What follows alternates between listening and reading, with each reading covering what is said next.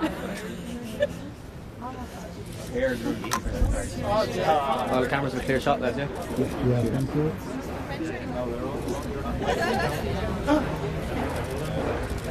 Yeah. Good afternoon. Apologies for the inclement weather.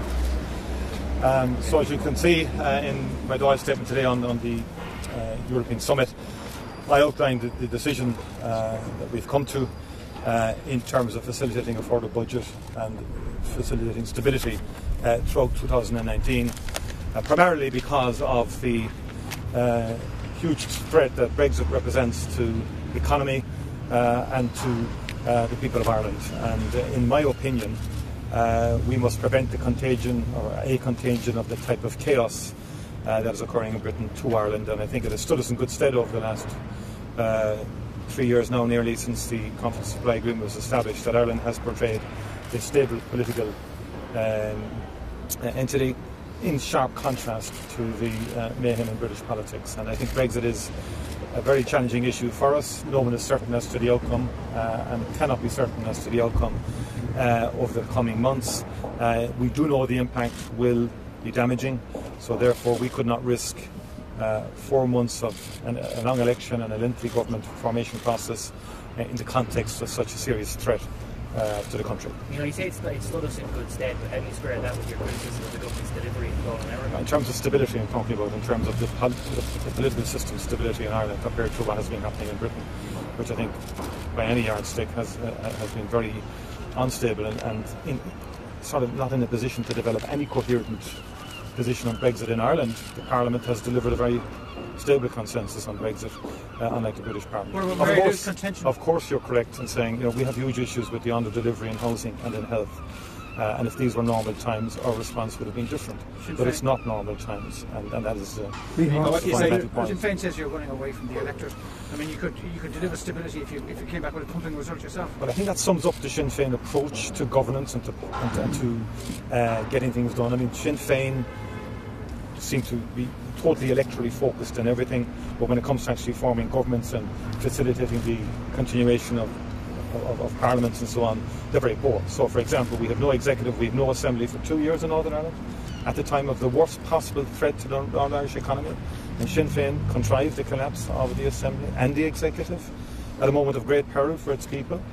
That's not the Fianna Fáil approach. That is not part of our DNA. We face up to our responsibilities, and I think any parliament after a general election has an obligation to contribute to the formation of government. We tried to become part of a government. We just didn't get the support in 2016 in the Dáil afterwards. But we faced up to it and we contributed to the formation of a government after that. Is there any reason at all? It's unprecedented that anybody would agree to a deal before they've actually agreed the terms and conditions of the deal. So what do you expect you're going to be able to get out of Leo Varadkar when you sit down to actually go in terms of broadband, economy, all the rest of it? Well, you're correct in terms of the unprecedented nature of it, but that is because of the Brexit threat. Fundamentally, that's it. I think the agreement itself was up for review after 3 years, but it actually covers the full length of government. But delivery will be the focus on commitments that have been made over the next while. But fundamentally, the situation has been determined, and our decision has been determined by the very significant threat that Brexit represents. Is there any unease at all in the party? You rejected the supposition that you're just waiting for Leo Varadkar to trip up, that you're behind in the polls yet at the moment, and you believe that he will decrease in popularity as time goes on. You're rejecting that assertion, and are you confident if there's an election tomorrow, you would be returned as Taoiseach? Well, first of all, your analysis is superficial and shallow. I know you don't mean it to be, but I can tell you it is, and has no influence whatsoever in the decision that I took and recommended to the parliamentary party. None whatsoever. You know my position on polls. We're now stronger as a party than we were before 2016. Significantly stronger. So, are you confident? So we have no fears of any election at all whenever it happens. But as I said in my speech, I don't think we can indulge. Ireland has the luxury to indulge in 4 to 5 months of politicking and politics in itself, given the very significant threat that Brexit represents. That's where we're coming from, and genuinely. And I think when people can do their analysis and behind the headline polls, I can tell you it's not where you might have suggested in terms of... Sorry? No, I'm saying if you look at 2016, they were wrong, weren't they? No, but opinion polls, why do you spend money on them? Well, look, I'm saying in terms of our research and the research that we do, we've great confidence in that. So we're in nowhere phased by the prospect of an election. I think the national polls, there's been analysis in the United States, there's been analysis in the United Kingdom. In terms of in the modern day phenomenon, they've been getting it wrong.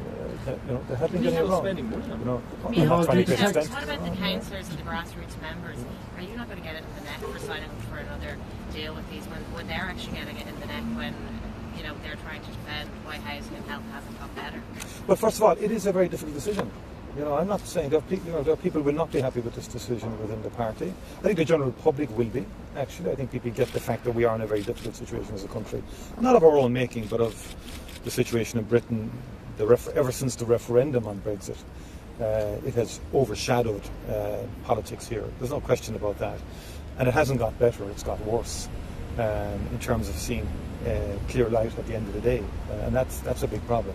So this is not great. We're very impatient. I'm very impatient with the lack of delivery on a whole range of fronts, and so will members of our party be. I understand that, and I respect that. And I will talk to people. I've engaged with people. I sounded out people in the parliamentary party. I've talked to people.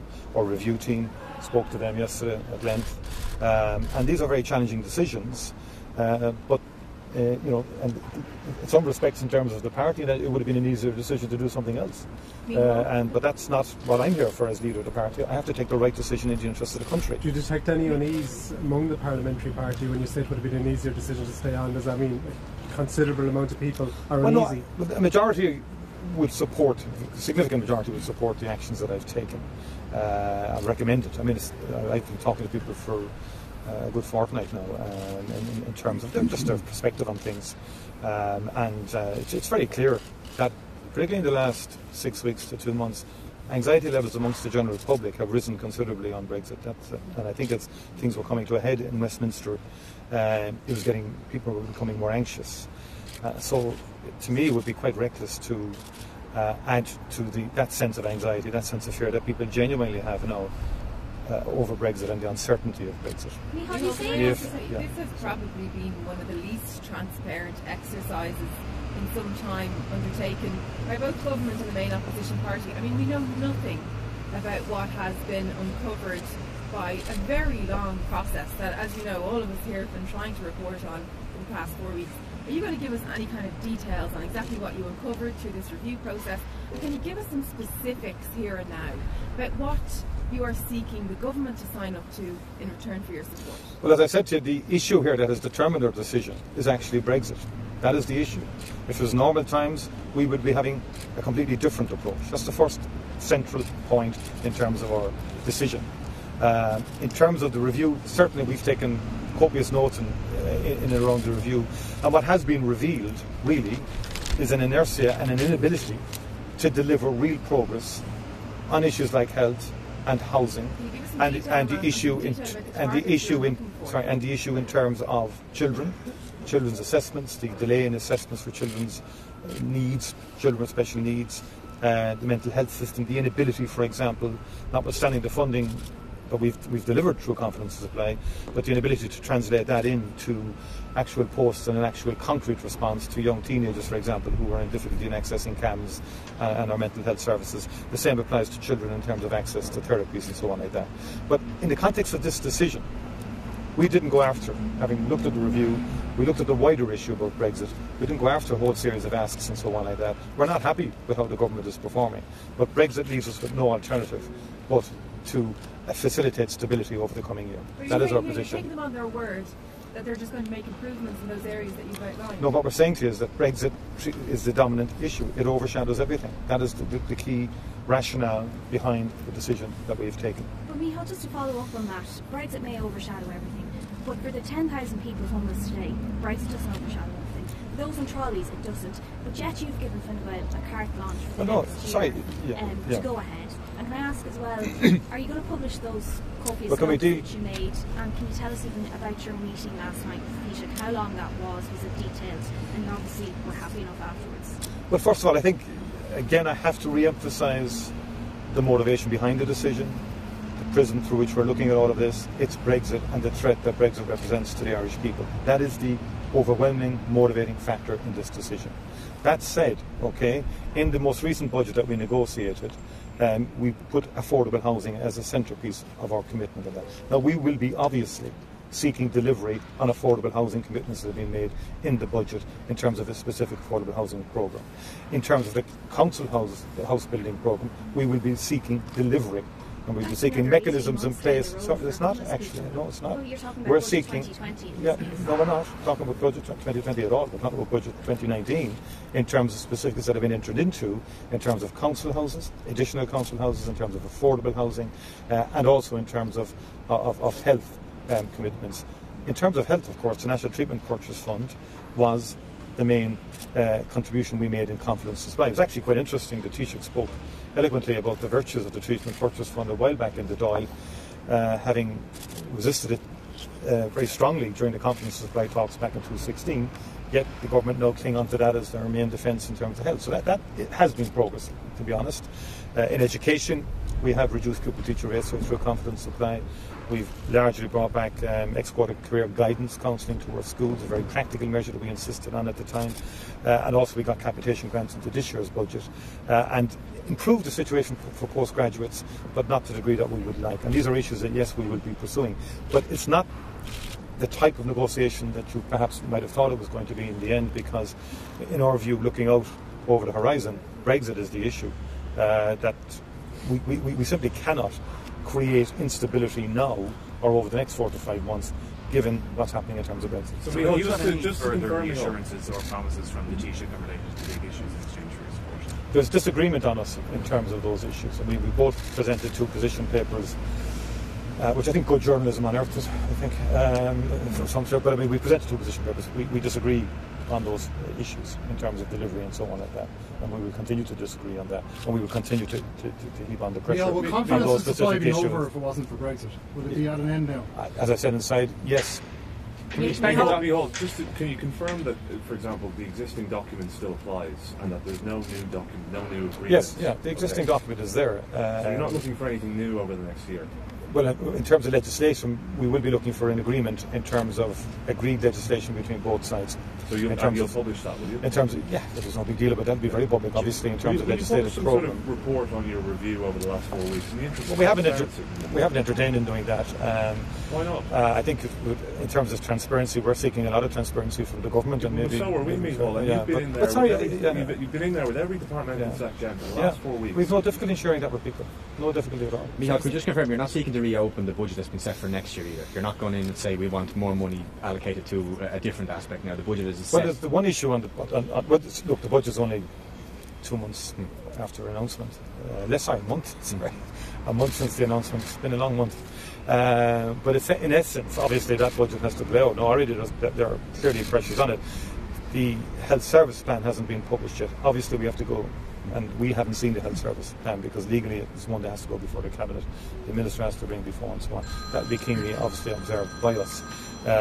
But in terms of the issue of the fiscal space, as we would call it, the issue of the amount of money that government will have available to it next year. If you notice in my speech, I referenced what will be available in 2019 and 2020, because there's a degree of obfuscation has crept into this. The government seems to be reluctant to let out the figures in terms of that we normally had. So last year, if you remember, before the budget, we were told there was about 800 million available for spend. That figure we haven't yet ascertained. We will seek that, and that is an important issue, obviously, in terms of assessing the variety of issues that will arise during the year. Have you seen any changes to the broadband plan?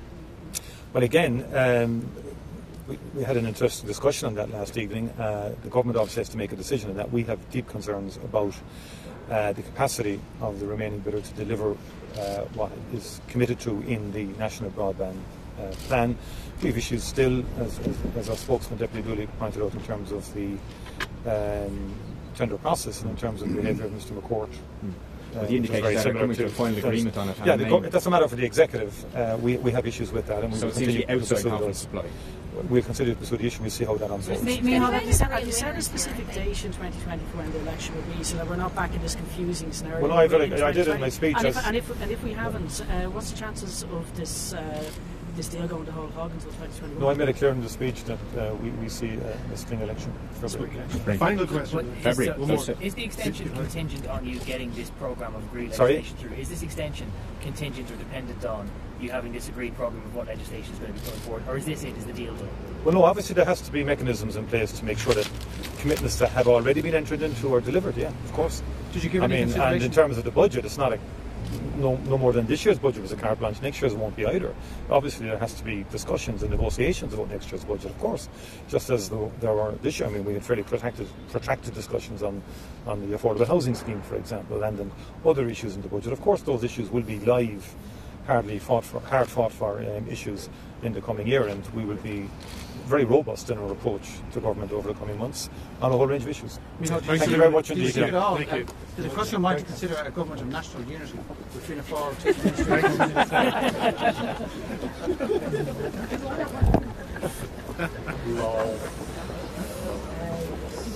Someone's performing.